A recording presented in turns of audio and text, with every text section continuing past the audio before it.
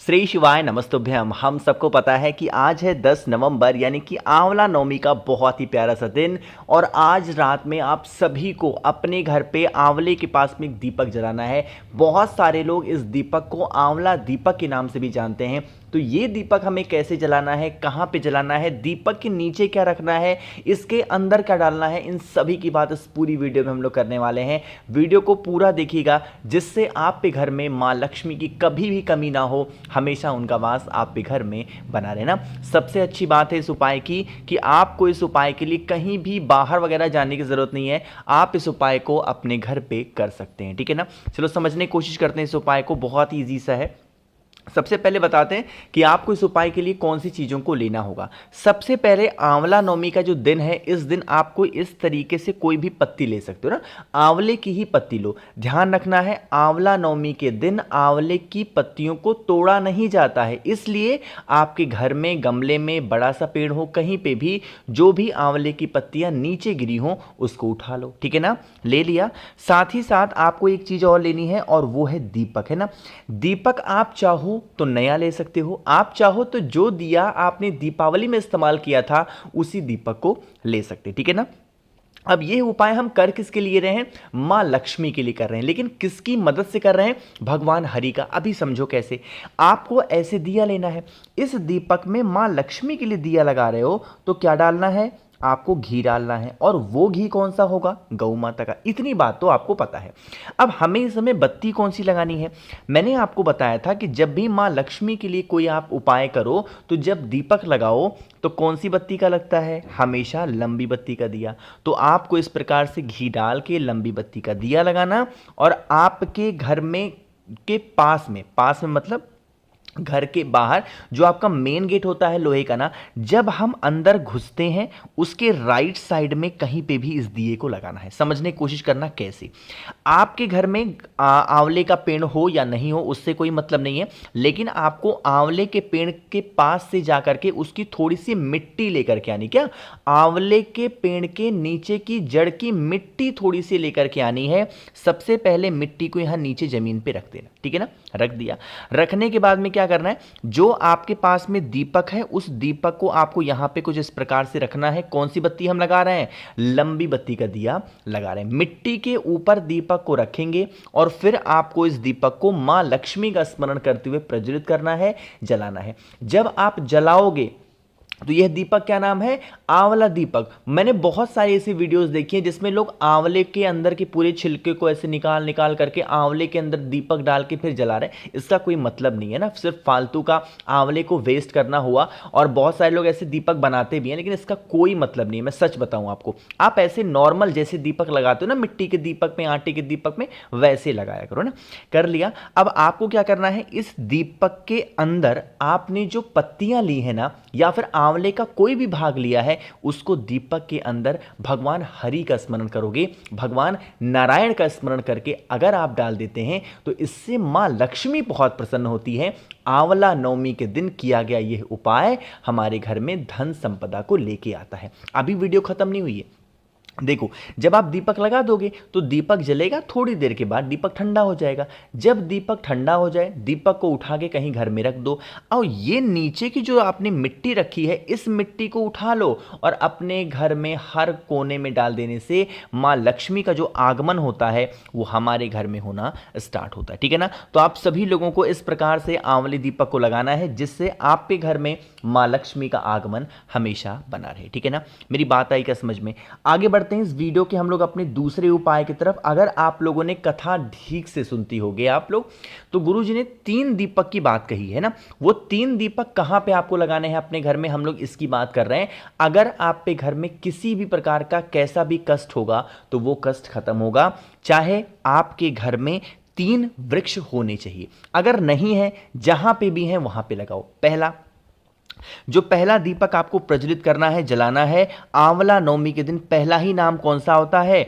आंवले पेड़ का। एक चीज का ध्यान रखिएगा, आपको एक चीज का पता होना चाहिए कि कौन सी जगह पे हमें लंबी बत्ती का दिया लगाना है, कौन सी जगह पे हमें गोल बत्ती का दिया। तो जब भी आंवले पेड़ के नीचे आप कोई भी उपाय करो, मतलब कोई भी उपाय, तो वहां पे सिर्फ और सिर्फ आपको कौन सी बत्ती लगानी चाहिए? लंबी बत्ती का, वो भी घी का दिया। तो पहला दीपक कहां पे लगाओगे? आंवले पेड़ के नीचे, घी का दिया, लंबी बत्ती का। दूसरा जो सबसे मेन पेड़ आता है, जिसकी बात पूज्य गुरुजी ने अपनी लगभग लगभग सभी कथाओं में कही है, कि जो भी व्यक्ति शाम के टाइम पे प्रदोष काल में बेल पेड़ के नीचे घी का दिया, लंबी बत्ती का लगाता है, उनके घर में कभी धन की कमी नहीं होती, हमेशा मां लक्ष्मी का वास उनके घर में बना होता है ना। तो एक तो आंवला नवमी का भी दिन है, तो बेल पेड़ के नीचे जाना और चुपचाप आपको घी का दिया, लंबी बत्ती का लगाना। दो दीपक की बात हो गई है। जो तीसरा दीपक हमें प्रज्वलित करना है, वहां पे आपके पास में दो ऑप्शन है, ठीक है ना। पहला ऑप्शन क्या है? अगर आप पे घर में शमी का पेड़ हो तब तो दीपक वहां पे लगा दो, और अगर शमी का पेड़ नहीं है तो आपके घर के आसपास में कोई भी वट वृक्ष हो, जिसको हम लोग बरगद का पेड़ बोलते हैं, तो वहां पे भी दीपक लगाओगे। चाहे शमी पेड़ पे दीपक लगा रहे हो या फिर बरगद पेड़ पे दीपक लगा रहे हो, यहां पे दीपक जलाने की जो विधि होगी वो चेंज होगी। क्या होगी? यहां पे आप लोगों को घी का दिया तो लगाना है, लेकिन यहां पे लंबी बत्ती का नहीं लगेगा, गोल बत्ती का दिया लगेगा। जो भी व्यक्ति आंवला नवमी पे इन 3 स्थानों पे 3 दीपक जला देता है, उनके घर में कभी धन संपदा की कमी नहीं होती, कभी उनका कोई काम अटकता नहीं है, सारे काम में उनको सफलता जरूर मिलती है, ठीक है ना। समझ में आई क्या बात मेरी आपको? तो यहां पे हम लोगों ने 2 उपाय की बात कर ली है। आगे बढ़ते हैं बहुत ही स्पेशल से और बहुत ही प्यारे से अपने तीसरे उपाय की तरफ, जो कि आपको अपने घर पे करना। लेकिन क्या इसे करना है, क्या इसके फायदे हैं, ये मैं तब बताऊंगा जब आप सभी लोग करेंगे वीडियो को लाइक, और जिसने अभी तक चैनल को सब्सक्राइब नहीं किया तो करिएगा चैनल को सब्सक्राइब, ठीक है ना।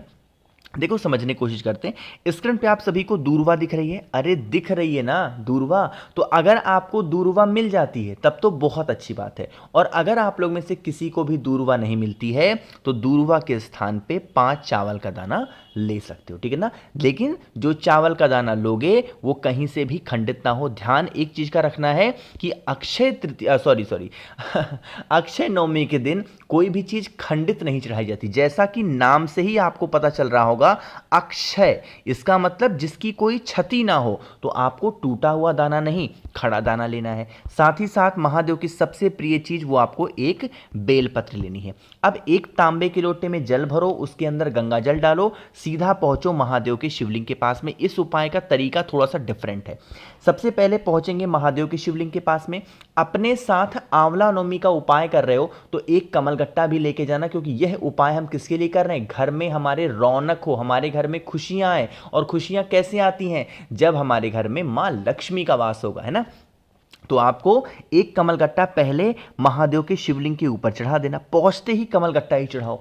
फिर उस कमलगट्टे के ऊपर जो आपके पास में जल है, उस जल को कमलगट्टे के ऊपर चढ़ा दो। अभी कुछ और नहीं चढ़ाना, सिर्फ इन 3 चीजों को चढ़ा दिया। अब जो आपकी प्रॉब्लम्स हैं, जो आपकी समस्या है, आपने दूरवा लिया है तो दूरवा माता अशोक सुंदरी के स्थान पर चढ़ाएंगे, और अगर आपने चावल लिया है तो चावल माता अशोक सुंदरी के स्थान पर चढ़ाएंगे।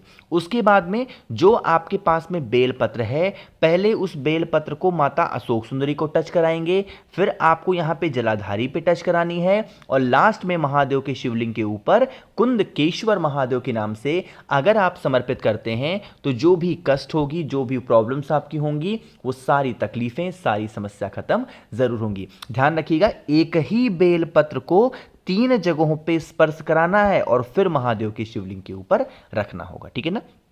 3 उपाय आपको समझ में आ गए होंगे। आगे बढ़ते हैं इस वीडियो के हम लोग सबसे आखिरी और बहुत ही छोटे से उपाय की, जो कि हम सभी को फिर से करना है आंवले के पत्ते के साथ में ना। समझने की कोशिश करना। जैसे आज के टाइम पे अगर आपके घर में या फिर घर के आसपास आपके कष्ट बहुत ज़्यादा है, हर एक फैमिली में कोई ना कोई कष्ट होता है। किसी को धन का होगा, किसी को व्यापार का होगा, किसी को नौकरी की होगी, किसी को इज्जत की होगी, है ना। बहुत सारे कष्ट होते हैं। जो भी आप पे कष्ट हो, आपको लेना है एक आंवले की पत्तियां, बहुत ज़्यादा नहीं, बस एक छोटी सी पत्ती आंवले की ले लो। लेने के साथ में आपको महादेव की फिर से लेनी है बहुत ही प्रिय चीज़, और वो होती है बेलपत्र। इन दोनों चीज़ों को लेंगे और फिर एक तांबे का लोटा लेंगे, उसमें आपको जल भरना है। जल के अंदर गंगा जल डालना अनिवार्य है। क्यों? क्योंकि कार्तिक का महीना है तो आपको गंगा जल लेना है।